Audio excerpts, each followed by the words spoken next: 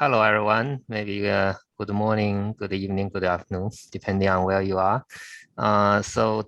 This is So Yang from University of Minnesota. Today is my great pleasure to introduce you my former postdoc supervisor, Professor Michael Mueller at Princeton.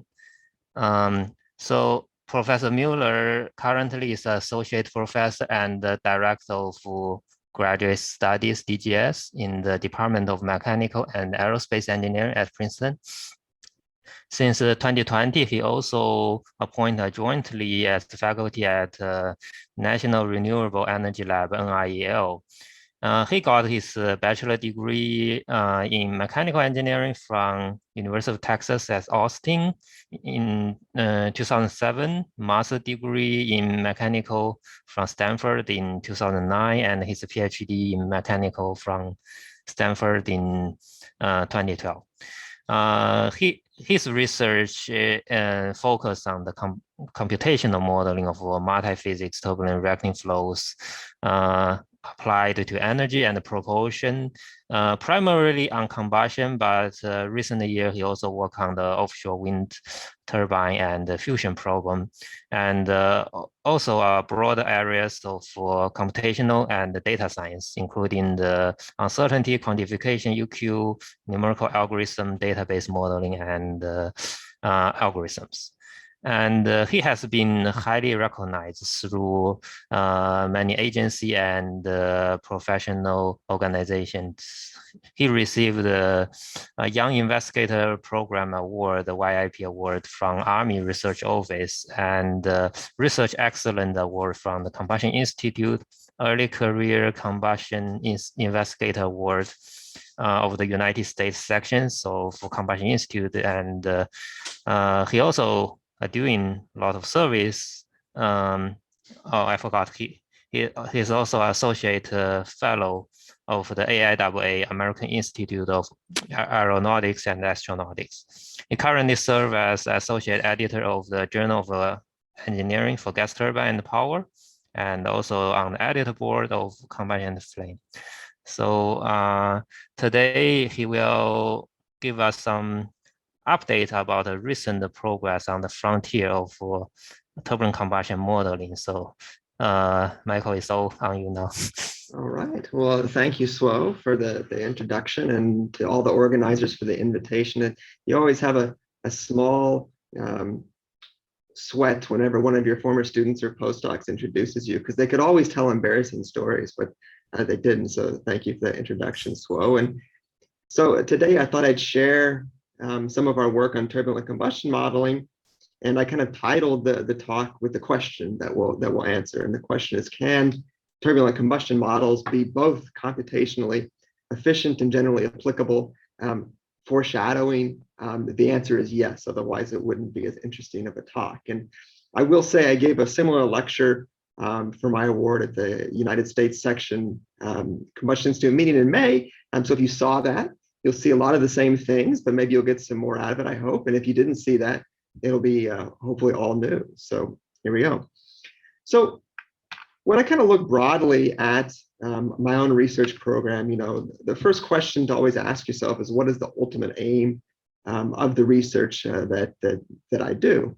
And really, I encapsulate this with kind of a simple statement. That is, what we want to do in my group is we want to make reliable predictions for practical combustion systems at reasonable computational cost with minimum a priori knowledge. The idea is that you could simulate a system such as this. This is an aviation gas turbine combustor without breaking the bank in terms of the cost, which makes it useful for design.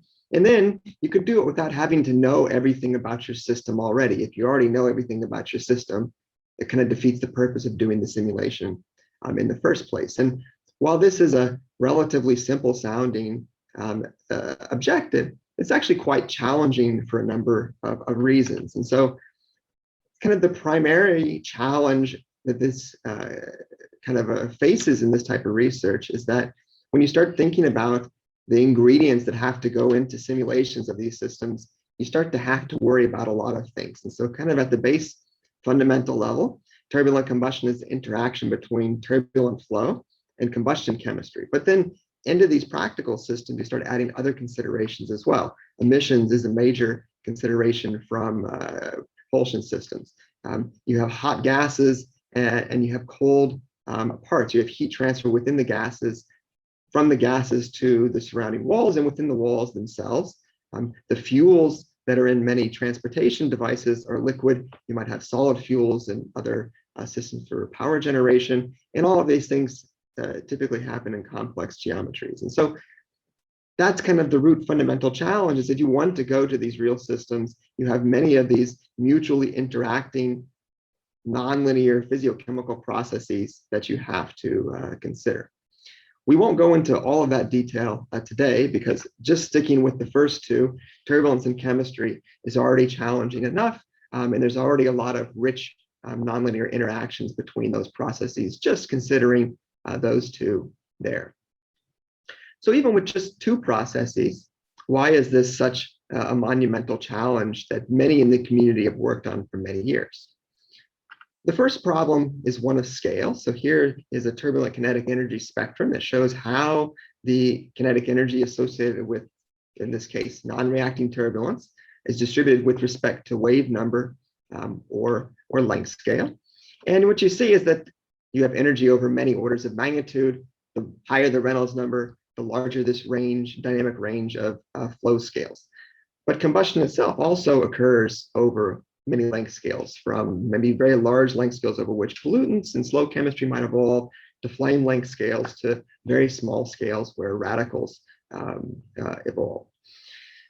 So you could do a direct numerical simulation and attempt to resolve all of this, but there's just too many length scales to resolve. With the best, largest computers now, you might be able to get just more than 3 orders of magnitude of scale separation in simulations. For more practical engineering simulations, a couple to 3 is really all you can afford. And so you just can't afford to resolve all of these things, and you're left with modeling.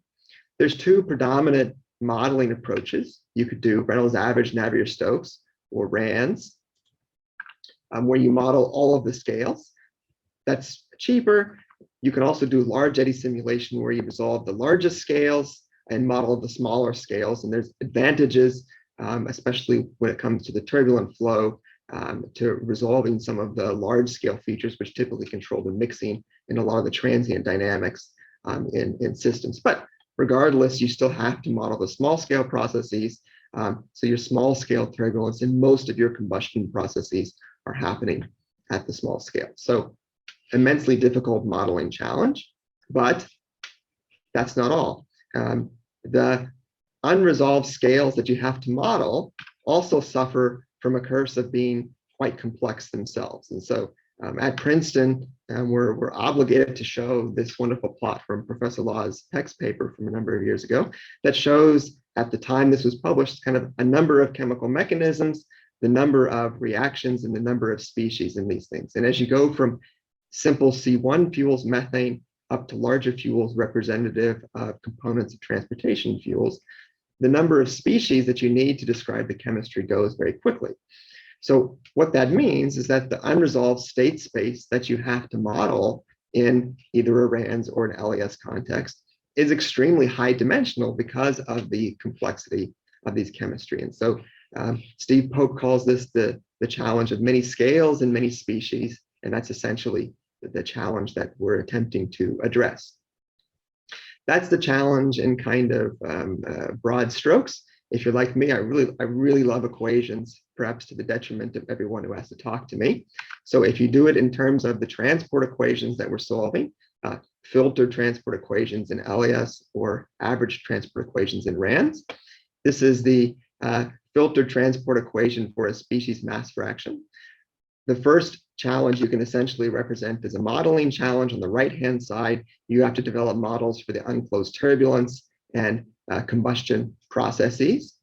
And then the second challenge is you just have a large number of these equations to solve. So lots of equations with lots of unclosed terms. That's the challenge that we face. So how do we do this? There's many different ways to do this in the community. Some work well, some work less well. You know, there's always trade-offs in these things. But if you look at all of the different approaches that are out there for turbulent combustion modeling, you can essentially represent or classify them into two different classes. The first class of turbulent combustion models I call brute force models. And here what you're doing is you're just going to tackle direct closure of the chemical source terms, and you're going to try to avoid making any assumptions at all. And so what you're really doing here is you're just trying to tackle the first challenge, and that is the many scale challenge. And so approaches that fall into this category include approaches such as the transported PDF method, the linear eddy model, or one-dimensional turbulence, and things of that ilk.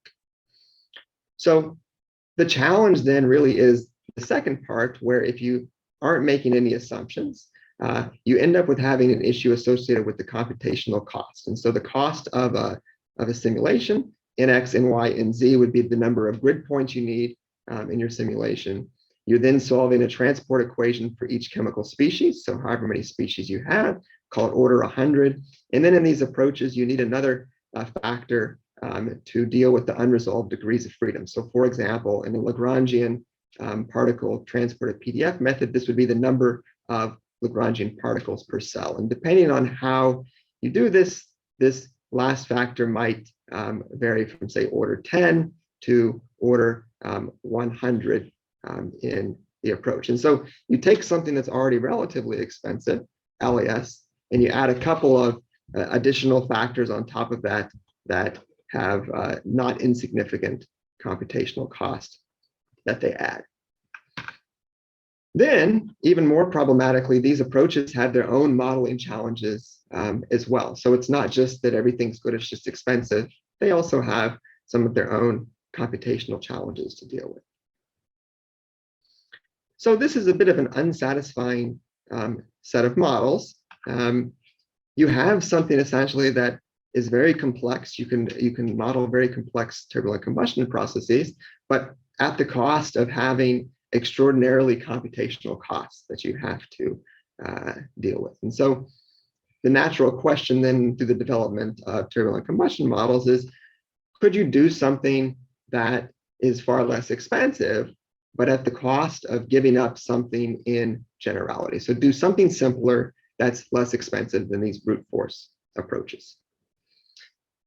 So the way that these models have developed is it kind of started by saying, well, what do we know about combustion? We know a lot about combustion.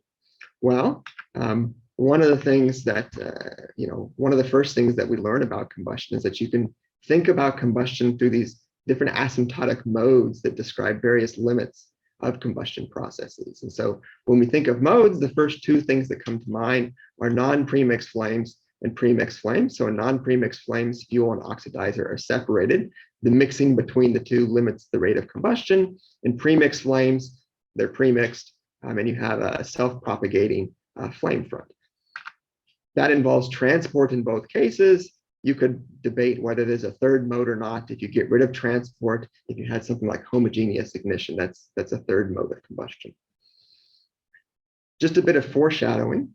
As it turns out, the turbulence is very important for dictating which mode you get. And the nature of the combustion processes is very much controlled by the turbulent mixing. So there's a strong coupling here. So we take what we know about combustion, and we use that to do something simpler and develop a different set of models. And this leads us to what I call manifold-based combustion models, where you assume a priori that your combustion occurs in one of these asymptotic modes. When you do that, we'll get to some details momentarily. You can then reduce your governing equations to a set of one-dimensional manifold equations. And this gives you a huge reduction in computational costs because you can solve these one-dimensional equations. You can create a map from your high-dimensional thermochemical state space to the single dimension and maybe a parameter or two. So what you end up with is you have your brute force modeling approaches, transported PDF, linear eddy model, very expensive. Or you can make some assumptions that combustion occurs in an asymptotic mode. This leads you to various modeling approaches like flamelet-like models, conditional moment closure, these types of approaches. The fact of the matter is they rely on some reduced order manifold.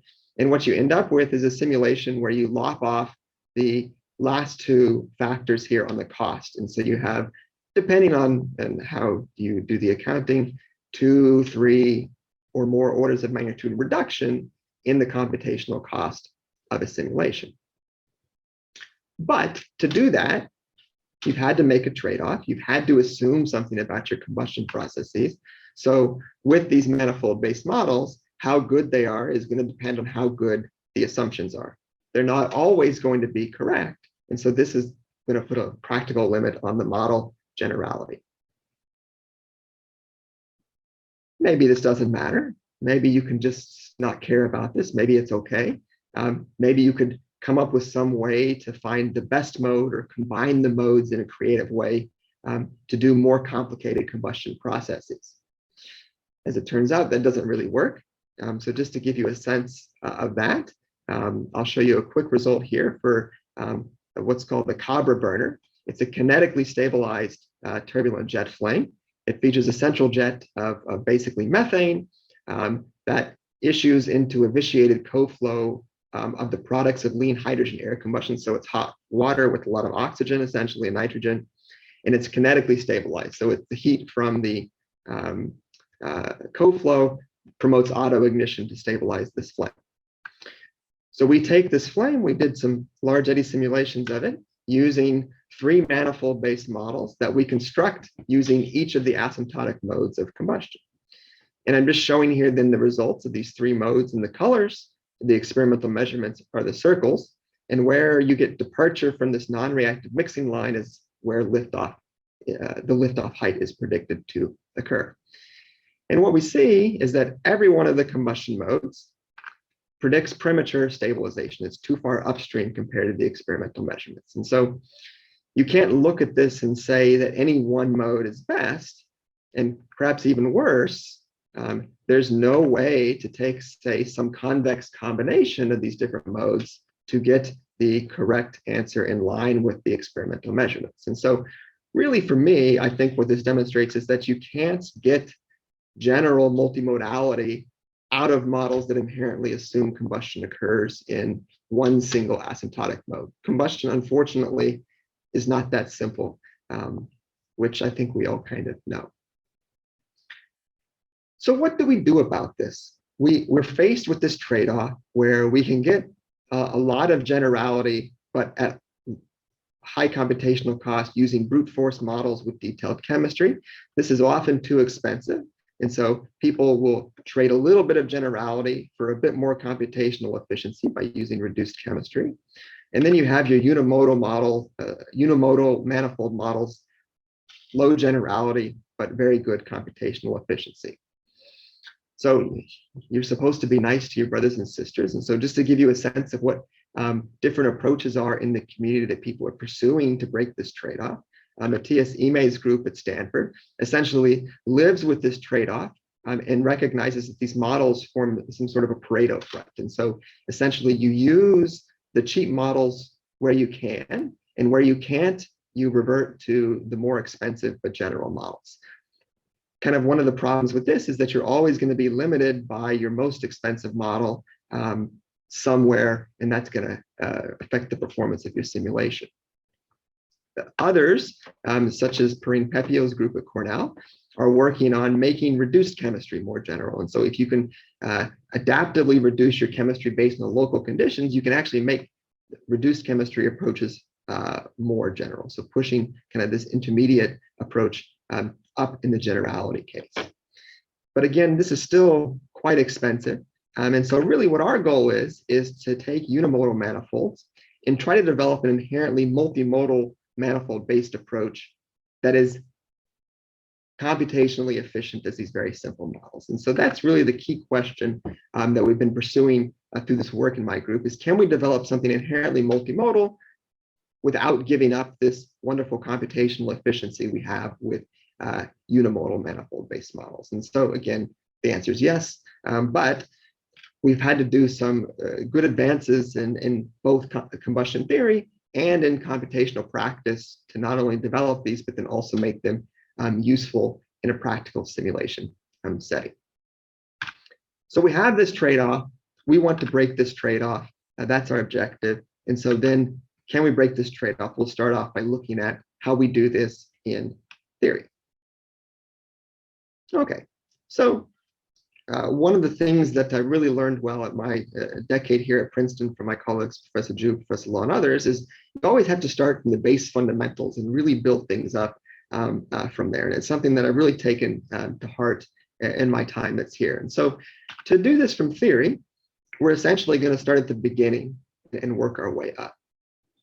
And so what we'll start with is what I call my postulate of combustion. It's a postulate, so I don't have to prove it. It's supposed to be self-evident. If it's a theorem, I have to prove it. Postulates you don't have to prove, so that's good. And the postulate is that any combustion process, given some constraints, can be described in a two-dimensional space that we can define on the unit square.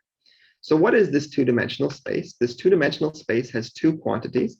On the horizontal axis, we have the so-called mixture fraction. The mixture fraction is essentially an element conservation constraint that tells us where we are between oxidizer and fuel. And on the vertical axis, we have what I call a generalized progress variable, which is essentially an entropy constraint that bounds us between the unburned gases and thermodynamic equilibrium. And so my postulate is that every combustion process that you could come up must fit somewhere on this square. So what we can do then is we can take arbitrary combustion process and we should be able to project it into this very simple two-dimensional space, high dimensional composition, temperature, etc., low dimensional space for the projection. You can do these projections in a couple of different ways. And so kind of for lack of a better way, the easy way to do this projection is what I call the so-called coordinate transformation formulation. This is kind of similar to what is done with kind of traditional flamelet-like models or flamelet-based approaches.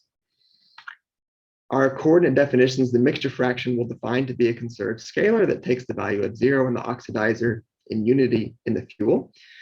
For the generalized progress variable for now, we'll leave its definition open. We're only going to define its boundary conditions 0 in the unburned gases, unity at thermodynamic equilibrium. So to do this coordinate transformation, you just take your governing equations for your species mass fractions, temperature, and whatever else you care about, and you do a coordinate transformation from time and physical space to mixture fraction and generalized progress variable space. You can just do that with the chain rule.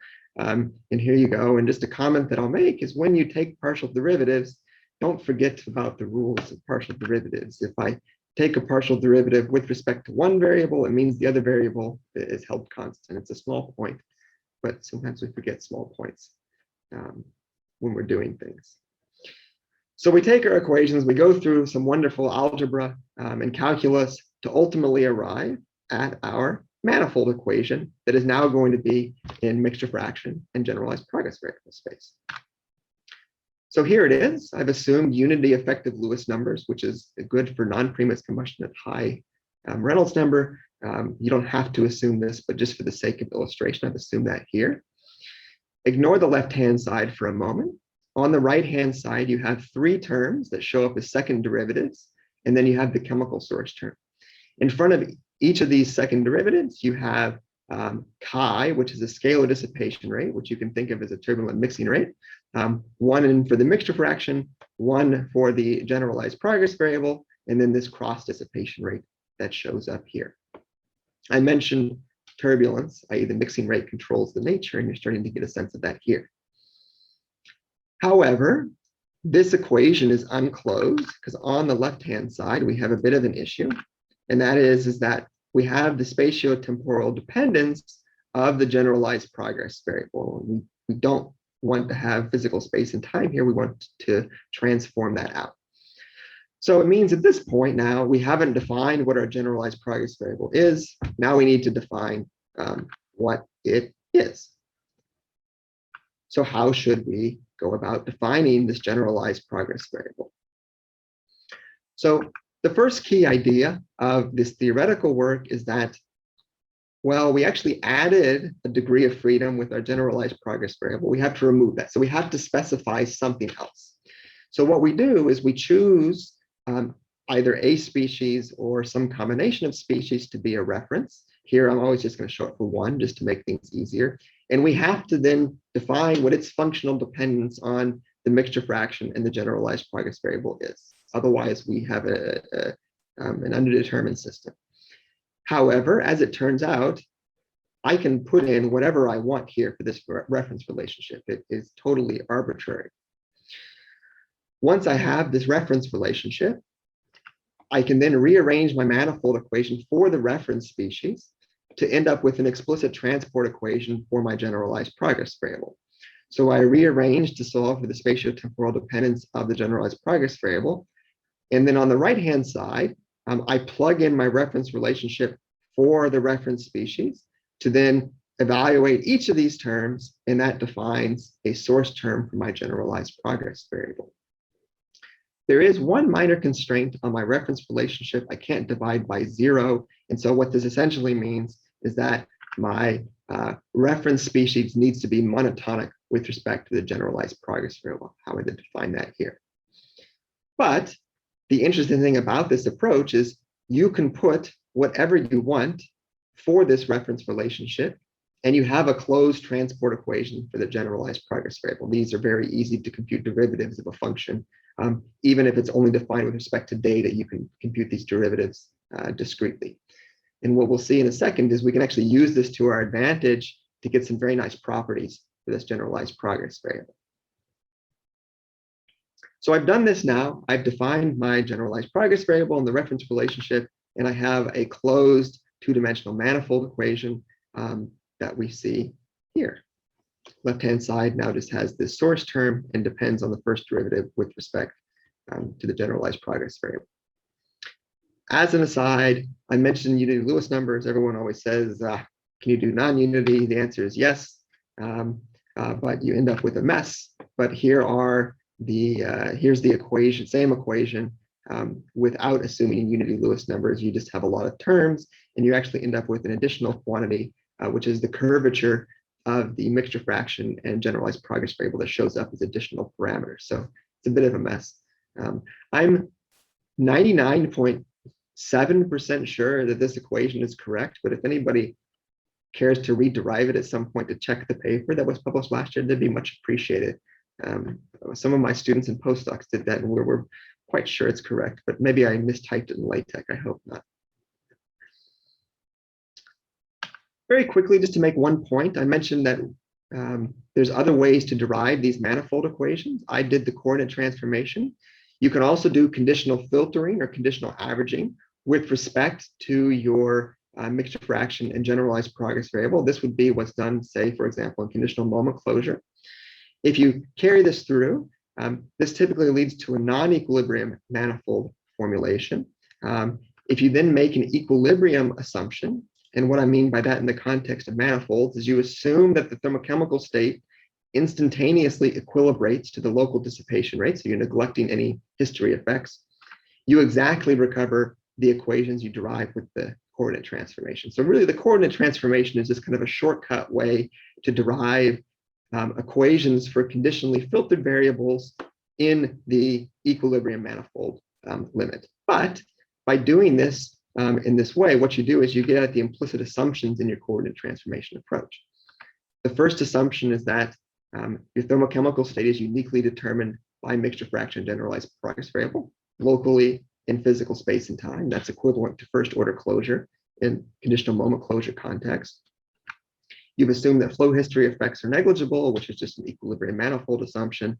And then for those of you who are familiar with CMC, there's this primary closure hypothesis, and you implicitly assumed with the coordinate transformation that is valid, but this is a very good assumption, a good hypothesis that preserves the linearity of mixing. Okay, so that was just a quick aside. So we have this generalized progress variable. So what? You know, Michael just likes to derive complicated equations because it's fun and interesting. What can we get from this? And this is a more important question than I'm perhaps leading on, because I am not the first person to write down two-dimensional manifold equations. Others have done this before in terms of some conventional or normalized progress variable. So what does using this generalized progress variable get us? Well, to answer that question, let's look at this two-dimensional manifold equation as you take the limits to recover the different asymptotic modes of combustion. Autoignition occurs when all your gradients disappear, so all of your dissipation rates go to zero. You recover this equation here, and so what you kind of see is that the generalized progress variable is playing the role of like a time-like coordinate, which is typically how we think about autoignition. Pre-mixed combustion is the limit where our mixture fraction gradients go to zero, so our equivalence ratio gradients go to zero. We end up with a one-dimensional equation in generalized progress variable. So kind of with that, what we'd like to have is it would be really nice then if non-premixed combustion was the limit when the generalized progress variable gradients went to zero, and we'd recover this equation here. If we kind of interpret again, this is a time-like evolution on the left-hand side, this kind of looks like the unsteady non-premixed flamelet equations, which means that this equation would include extinction and ignition dynamics. However, for this aspiration to be true, which is very convenient, we need this to actually be true. And in the limit of non-premixed combustion, gradients of either a conventional progress variable, just the sum of product mass fractions, or a normalized progress variable, they don't go away in the limit of non-premixed combustion. This is something that people have made a mistake on in the literature. People have tried to rearrange the equations to make things disappear, but this is a fundamental limitation of conventional and normalized progress variables. And it's very simple to convince yourself of this. These are non-premixed flame profiles. Progress variable varies with mixture fraction. If there's a mixture fraction gradient, non-premixed combustion, there is a progress variable gradient. It's not zero. It's that simple. So how can we define then the generalized progress variable to have this limit be true? You can utilize the notion of a flame index. This flame index notion goes back to Charles Pearson and Purvis Moyne. Ed Knudsen and Heinz Pitch picked this up for some other purposes. And so just to kind of walk through kind of a complicated idea, the way this works is you pick out a mixture fraction, in our case, reference species pair. You find the non-premixed flame solution that crosses through this point, and you trace it back to some reference mixture fraction. Stoichiometric is convenient to find what the reference species would be at that reference mixture fraction. So what that means is every point along this red line, so this non-premixed flame profile, would then have the same value of this reference species at the reference mixture fraction. If we then normalize that, we can then define our generalized progress variable to be that. And so what it means is every single point along this non-premixed flame profile has the exact same value of lambda. If I went to another profile, it'd be a different value of lambda, same value of lambda for everything. So here what I do is I would essentially invert this to get my reference relationship to get YR as a function of Z and lambda.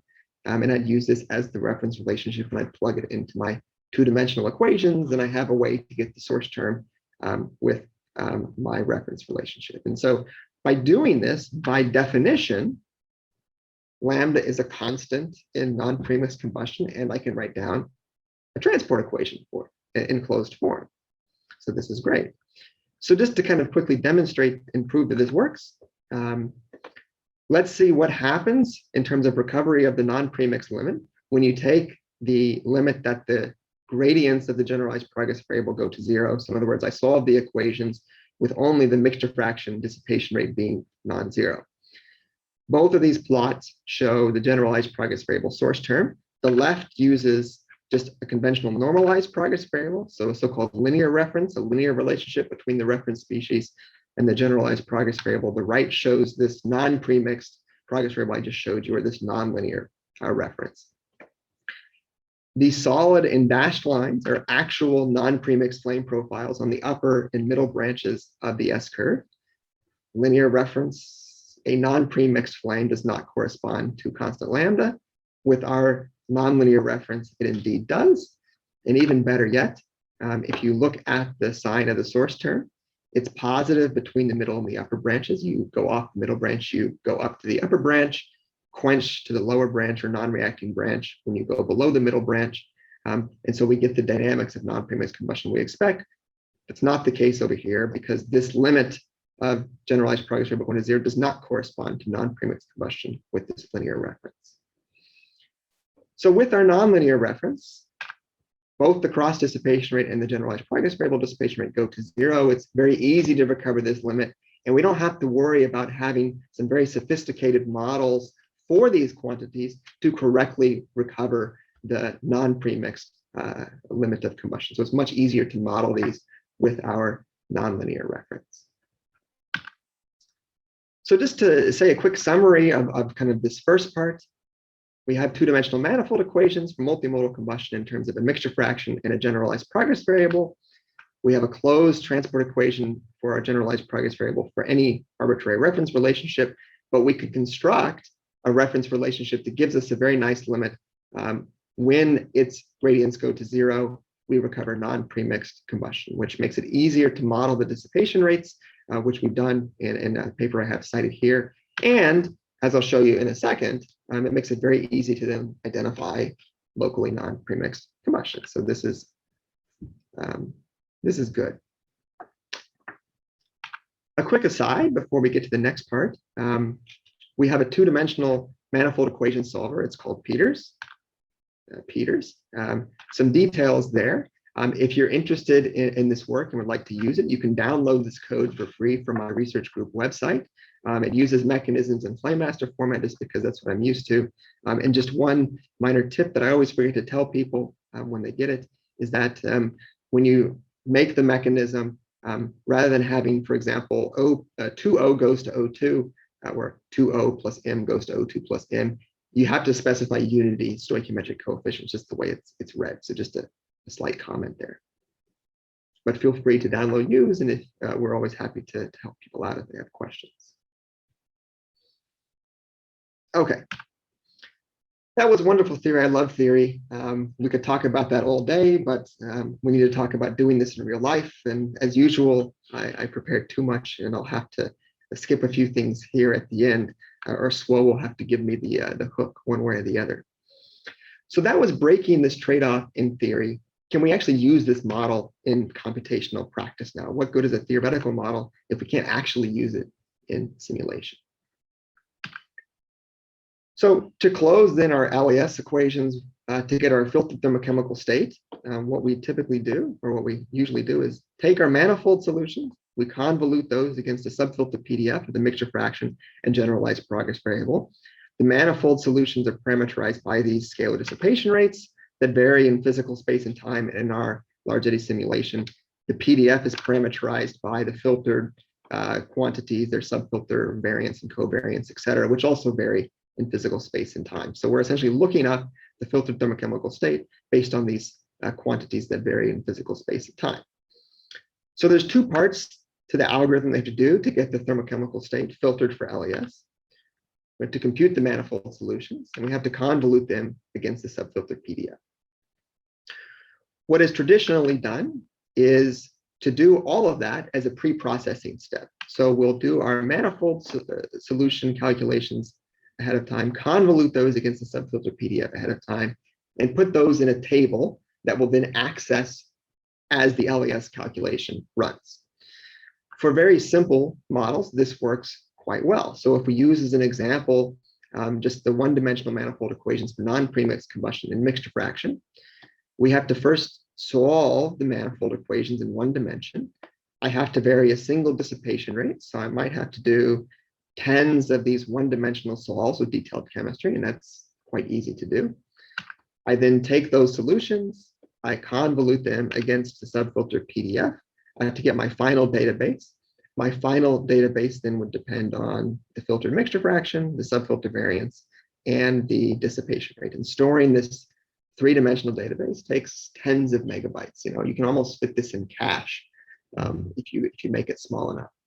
So pre-processing here works wonderfully.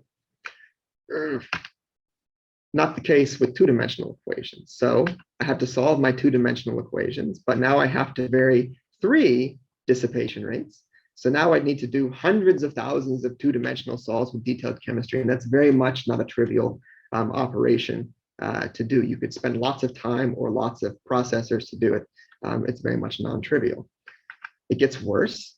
I have to then take my manifold solutions, convolute them against the subfilter PDF, and I have a whole heck of a lot of parameters that database depends on. And so just to store this 7-dimensional database would take hundreds of thousands of terabytes of memory, which you don't have on a node on your HPC system. So this doesn't work. It's too expensive to do the pre-computation.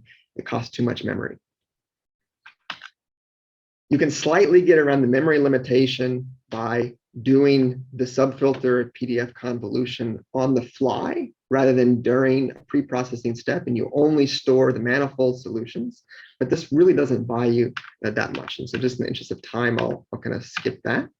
And basically it doesn't work for 2-dimensional. So you can't do it that way. So what you're left with then is you have to do all of the calculation on the fly. You have to compute the manifold solutions and the subfilter PDF convolution operation on the fly, so you don't have to store copious amounts of things in memory. So how might this work?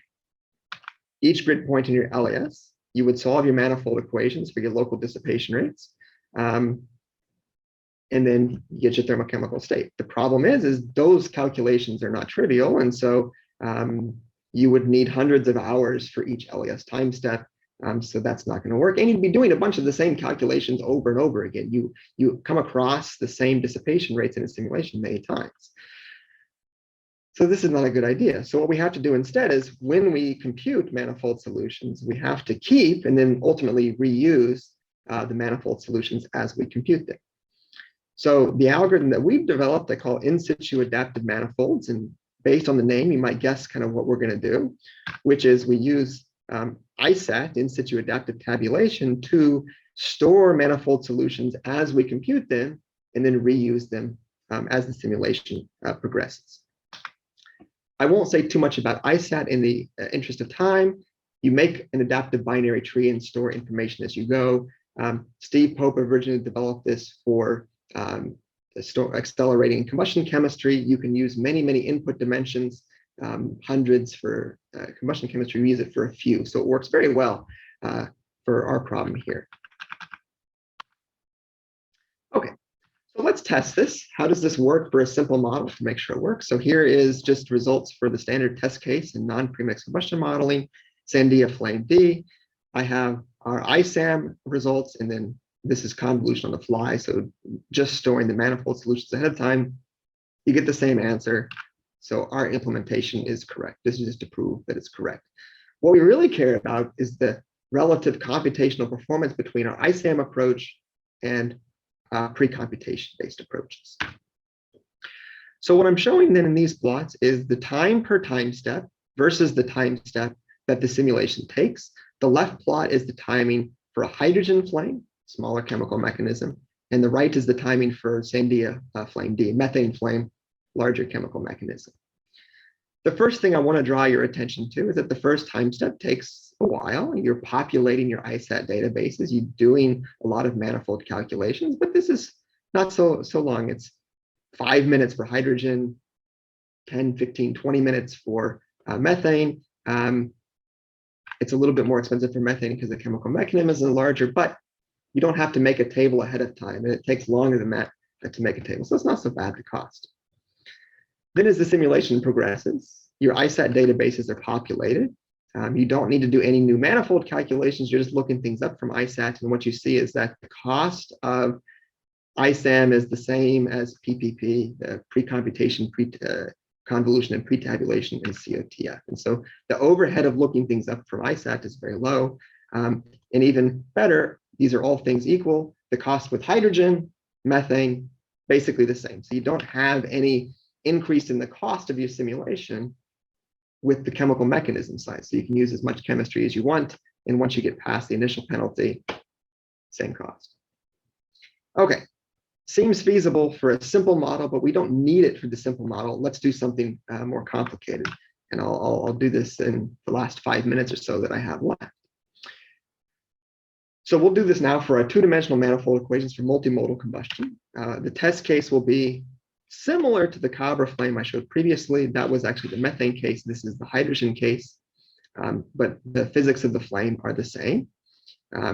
Just to show that indeed this works, here is the center line temperature in this flame. Initially, it's low. At about 35 diameters, you see a big spike. That's the stabilization point, which is in the liftoff height measured in the experiments. So let's look at both the feasibility, and then I'll leave you with what we can do with this model and what we can learn from it. So first, on the feasibility side, let's look at the cost. Initially, just as we saw for the one-dimensional manifold equation, the time steps are expensive. The first time step actually costs about an hour because you're populating the ISAT databases, you're doing many of these two-dimensional solves. If you wanted to make a table with these two-dimensional equations, it would take a lot more than an hour. Trust me there.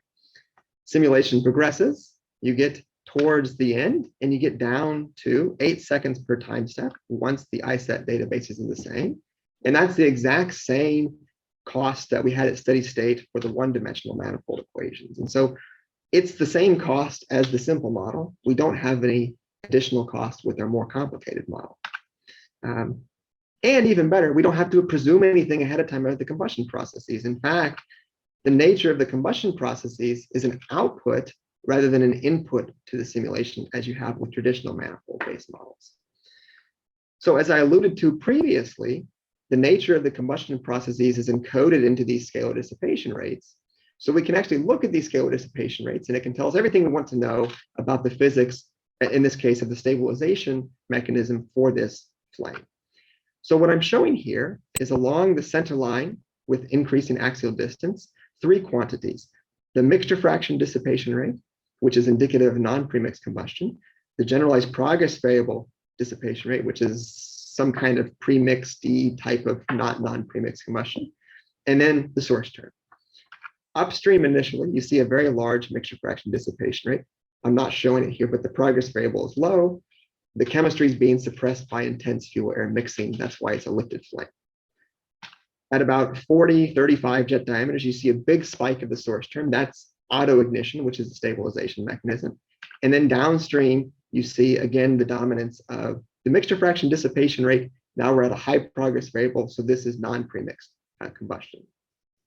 Now what's interesting is just ahead of the auto ignition, you see a increase of this red curve, which is the generalized progress variable dissipation rate. And so what's happening here is this indicates that the auto ignition that you see just downstream of this region is triggered by a reactive mixing process. I don't want to call it premixed flame propagation. Let's call it some reactive mixing. So if we then take a radial cut in this region, we see the following. We see kind of towards the outer edges of the jet, you see a big dominance of the chemical source term. And so what that is that's auto ignition at the most reactive mixture fraction. The heat and radicals generated through this auto ignition process are then transported to the center line, and it triggers the auto ignition at the center line. And so we can learn all of this from just analyzing the output of our 2D manifold equations. If I wanted to select the correct simple model, I'd have to know all of this ahead of time, which in some sense defeats the purpose of doing the simulation in the first place. So with this ISAM-based approach, we really can now do computationally efficient simulations of complicated turbulent combustion processes. We don't have to worry about any of this pretabulation memory restriction. We don't have to do a bunch of expensive pre-processing. We're just good to go. As I make my manifold equations more complex, it doesn't make the calculation more expensive, except for at the very beginning. So I can use my 2-dimensional manifold equations with the same cost as my 1-dimensional manifold equations, and I don't have a penalty for using larger chemical mechanisms. So I can use fully detailed chemistry for, okay, maybe not thousands of species, but certainly hundreds of species without any issue once I get past my initial ISAT database penalty, which is just for a first couple of time steps. So really the bottom line here is that we can take ISAM, we can combine it with our 2-dimensional manifold equations, and we get full multimodal generality at the same cost as our 2 simple single mode manifold-based models that we've used traditionally. And rather than having to know everything ahead of time, I can learn about my combustion processes after the fact. So that's good. That made me smile when it worked. I was very happy when we got this working in the basement, in my lab right before the symposium deadline for that particular paper. So I realize I'm running short on time. I want to make sure we have time to take some questions. And so you can actually then take this approach and you can really push it as far as you want in terms of full model generality. And so very quickly to say, you can add as many parameters as you want. So you can account for pressure variation or enthalpy variation, more than one stream. You could make more complicated manifold equations. And so if you wanted to do complicated non-adiabatic combustion processes, you could say add an enthalpy dimension, have three-dimensional manifold equations. You're not going to increase the cost of the simulation. You could even foresee of trying to couple multiple sets of manifold equations together if you wanted to model a staged combustion process, like you might get like in a piloted diesel or an RQL aviation combustor. So this is fantastic. Pollutants, I'll just skip that point for now. So this is just the beginning of what we can do with this. We can really push this all the way and we don't increase the cost. We keep it really, really cheap. So 2 points to make here at the end. Everyone likes to break models. So if you're like, Michael, this sounds great, but can it do this? I'm always looking for challenges that maybe I can tell you how we would do it, or maybe it does break. Maybe I've missed something. If you have challenges for me, let me know. And if you'd like to use this, let me know. We're always happy to share, and we're happy to help out with some support as well. So can we be both computationally efficient in general? Can we break this inherent trade-off between cost and generality? I think the answer is definitely yes. Just to make a couple of acknowledgements, the current combustion postdocs and graduate students in my group, everyone's contributed to this somehow. I'll point specifically to the work of Mr. Christian Lacey, who was kind of the chief architect of ISAM.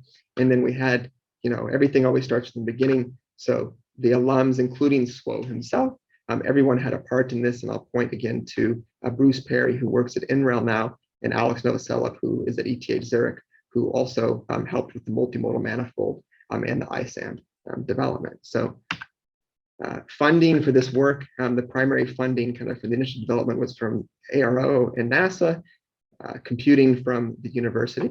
And before SWO gets mad at me, I will stop so we can take some questions. Thanks, Michael, for a very nice talk. And apparently, I listened to this topic many times, but every time I learn something new, so that's always good. Okay, so we have a bunch of questions. Let me go through them. And so the first one from Professor Jay Gore. So he said, Professor Mueller, who else has named the recognized method you presented as Mueller's methods? Have manifold method in mixture fraction and generalized progress variable space not been presented by many others? Tough question. Yeah, so I think to the point there, Jay, maybe Jay typed that in as we were going, and I totally agree. Many people have had these other two-dimensional equations, and so the key thing here is that with the flexibility you get from the generalized progress variable, we can define the relationship between it and a reference species however we want, and we get a closed transport equation for the generalized progress variable. And so that's where we can take advantage of this to give us a generalized progress variable whose gradient goes away in the asymptotic limit of non-premixed combustion, which then, as I showed, makes it very easy to analyze the combustion processes, to learn about them. And I didn't talk about this so much. It simplifies the modeling of the scalar dissipation rate profiles and how they depend on mixture fraction and generalized progress variable, which is something you need to close the manifold equation. That's a whole nother story there, but it makes life much easier. You can solve the manifold equations, you can solve for the generalized progress variable, you can get the asymptotic limit of non-premixed combustion trivially. It's a very simple limit. Okay, I guess that answered the question. Second question also from Professor Jay Gore. One important assumption that we all should remember is that of negligible heat loss, especially by radiation. I think you can easily answer this question. Yeah, so we did it there just as a proof of concept that it works. And so I kind of skipped over it very fast. One of my former PhD students, Cody Nuno, he's at Oregon now, he actually developed an even more general set of equations where you introduce a third dimension of enthalpy into the manifold equations. And then you can account for non-adiabatic processes as well. We haven't implemented that in yet, but it's on the to-do list. We're often limited by what we can look at based on funding and people that we have. But we have the theory there, and we just have to put it in. So it's on the to-do list for sure. Thanks, Jay. Okay, great. Third question from Hao Zhao. Dr. Mueller, is the mixture fraction a transient one or initial one? I'm wondering whether Z is independent with the progress variable. Okay, so this is an interesting question, and I'll answer it in two ways. One is the independence statistically of the mixture fraction and the generalized progress variable for modeling the subfilter PDF. So this would be the unresolved correlations of the fluctuations. There, it doesn't matter. You can put that into the PDF. People also try to figure out, okay, can I make the mixture fraction and the progress variable in my projection somehow orthogonal coordinates? And I'll use that as a surrogate for independence in some sense. But there's no reason to do this. The alignment of those two gradients is baked into the cross dissipation rate. And in fact, there's a lot of physics in whether that cross dissipation rate is 0 or whether they're aligned or anti-aligned. And so one's modeling the PDF, that's a different talk for a different day. And the other is you don't need independent or orthogonal variables to do this coordinate transformation. In fact, you're better off without trying to force it to be orthogonal. Okay, so I think no need orthogonal, but independence is required for your chain rule partial derivative derivation, right? No, they don't have to be independent. They can't be independent, In non-previous combustion, progress variable depends on mixture fraction.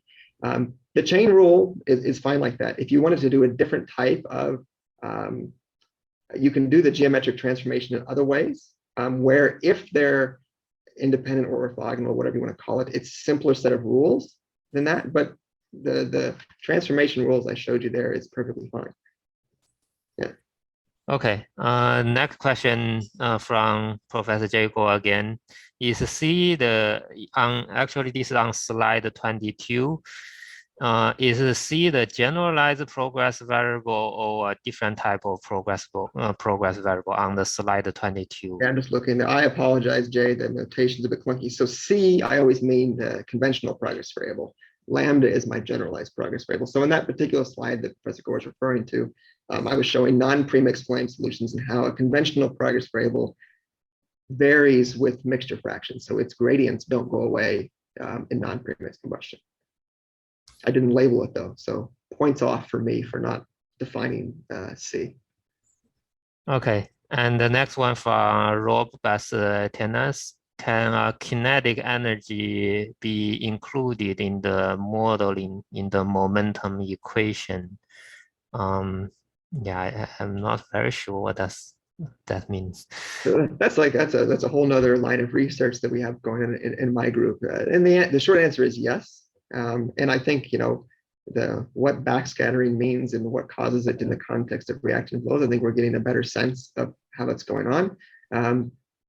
To just trumpet some other research that we do in my group, one of the things that we actually do is we actually solve momentum equations conditioned on a flame structure variable to allow us to model this exact process. But it all comes into the momentum equation. Nothing shows up in the combustion modeling side. That's all on the turbulence modeling side.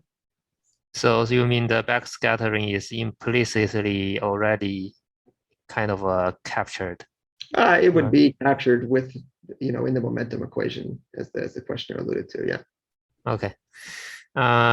Next question from me. Could it be naturally reduced to the traditional FPV method under certain constrained conditions because you are generalized kind of? Exactly.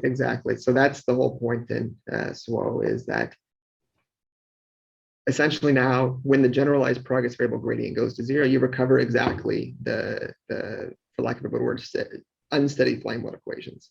And so that's the entire point is, this does give you the simpler models, but I'll go one step further here. In some sense, we made that obsolete, because since the more general model is the same cost as FPV or FGM or something like that, there's essentially no reason to use it unless you're 100% sure you're definitely in this asymptotic regime. But even then, you might be wrong. Yeah. Next question from Yanqing Li. Many thanks, Professor Mueller. I have two questions. The first one is the combustion flame modeling and the simulation hardly applicable to use deep learning approach because of its complex dynamics and non-linearity? Second question is, as we have known more and more about combustion, is it possible to make the combustion go orderly and controllable from mass so as to utilize more efficiently? So that's like $1 billion question. And I think, many people in the audience are certainly thinking about, how do we leverage machine learning in our work? And, the questioner here is kind of alluding to, can we replace simulations with machine learning? Potentially. There's other ways to do this as well. There's lots of ways that we can use machine learning to improve our simulations, enable generalized models. My students don't like it when I say this, and maybe I shouldn't say it on recording, but in some sense, ISAT is machine learning. You're learning what the function you're trying to represent is as you go by building this binary tree. And so in this particular case, we've leveraged algorithms from machine learning to make our simulations faster and allow us to use more general models. So there's lots of opportunities here, not just to do or replace simulations, but then also just to learn about physics from data where machine learning can do a thing. But that's a much different, longer talk on many different topics. Okay, how about the second question he has? Maybe I read again. As we know more and more about combustion, is it possible to make combustion go orderly and controllable from a mass so as to utilize more efficiently? Yeah, I'm not sure about the question, but yeah, you can say anything. We want turbulence, so it's always going to be a bit chaotic. Yeah. Okay, I think the last question is from myself because I noticed your slide 44 about try to interpret your results from your simulation. I'm wondering, can we make these computational diagnostic tools just like, for example, SEMA for any DNS or LES data not necessarily generated from your Peters and ISAM simulation? Yeah, so this is a great question as well, and we've done this in a light way in the more recent theory paper that I had there from earlier this year. And what you essentially do is you use the reference species in, say, the DNS to construct the generalized progress variable, and then once you have mixture fraction generalized progress variable, you can compute the dissipation rates and you could analyze them. We haven't done it with the DNS data. We just haven't done it yet. So that's a great idea. Maybe Swo can write a nice paper about that. Yeah, I would be allowed to if you are allowed, because it's your things. I don't want to do it. Yeah. Experimental data would be a bit tricky because we need dissipation rates, which are hard to measure. And so I know that others have been working on, well, how do you just use local information and not multi-point information to do regime identification from experimental measurements? So that would be a bit trickier from experimental measurements since we need the dissipation rates to do it. So it's probably more useful as a computational diagnostic than an experimental diagnostic. Yeah, I agree. Okay, looks like there are more questions after my question. So from Feiqi Zhang, thanks for the nice talk. Can you explain again how your model treats the effect of turbulence on chemical reaction source?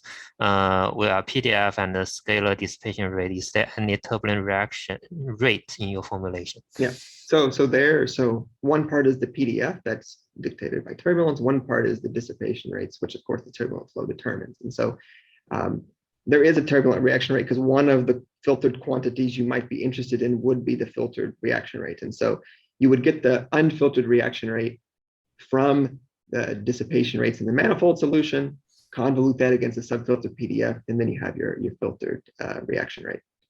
And so, for example, we would solve transport equations for the generalized progress variable. And so we need its filtered reaction rate to close that equation, which we get to that convolution operation. Okay. Now I think the real last question, why does the first step remain computationally cheaper than a priori tabulation? Because they are essentially doing the same thing. Why is it cheaper? So this is something I was looking at my phone and realizing I was a bit short on time. So I skipped over kind of a main point, which is when you do the a priori tabulation, you don't know what dissipation rates you're going to encounter. And so you have to solve your manifold equations for all possible dissipation rates.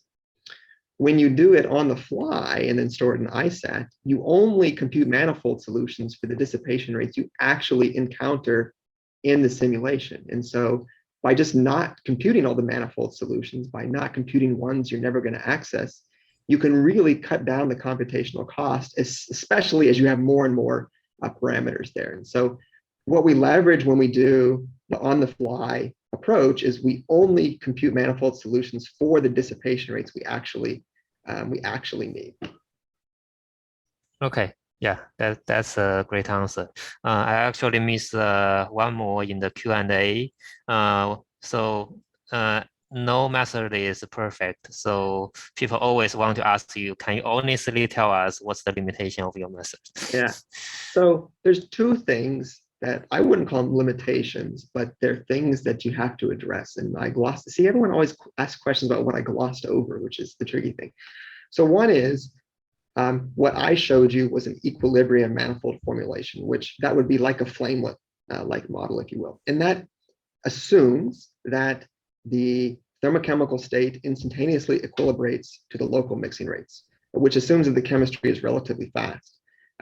You can still use a manifold-based approach if the chemistry is slow, but you have to switch to a non-equilibrium manifold formulation, which is more like CMC. And so if you wanted to do, say, pollutant chemistry and things like that, you can't use the equilibrium limit. You have to go to the non-equilibrium limit. And so one of the things actually we're working on now, I really probably shouldn't put what we're doing now and haven't published in a recorded lecture, but that's okay, is trying to say, well, can we do something like a partially equilibrium manifold where the slow species we solve CMC-like equations for, but the rest of the species we use the equilibrium manifold for, and we constrain the equilibrium manifold by what we get from our non-equilibrium species. And so that really is kind of then, and putting that all together, we haven't done yet. But that's the main limitation of the equilibrium manifold, is the fast chemistry assumption. But you can get rid of that. It just makes life more difficult.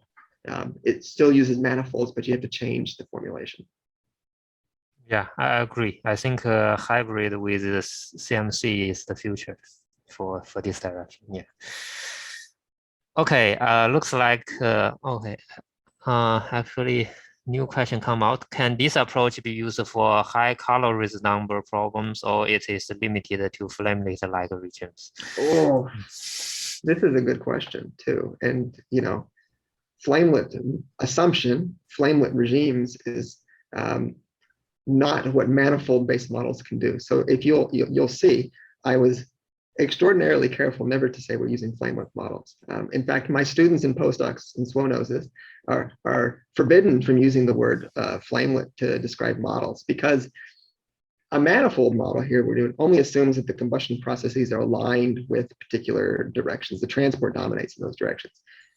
That is definitely true when you're in flamelet-like regimes, but it doesn't mean it's not true when you're not in flamelet regimes where you have thin flame. So high Karlovitz number, manifold-based models are still correct. I have a student working on this in kind of the extreme distributed limit, and DNS bang on top of the manifold-based model. You have to think about how you formulate your manifold-based model in terms of the equation that you solve. You have lots of turbulent mixing, but distributed premix combustion, that far limited to as high a Karlovitz as you want to go, still manifold-based model, perfect. Okay, great. I think we finally finished all the questions. So because there are no more questions, let's thank our speaker again. And for the panelists, maybe you can open your camera. We can chat with Professor Mueller.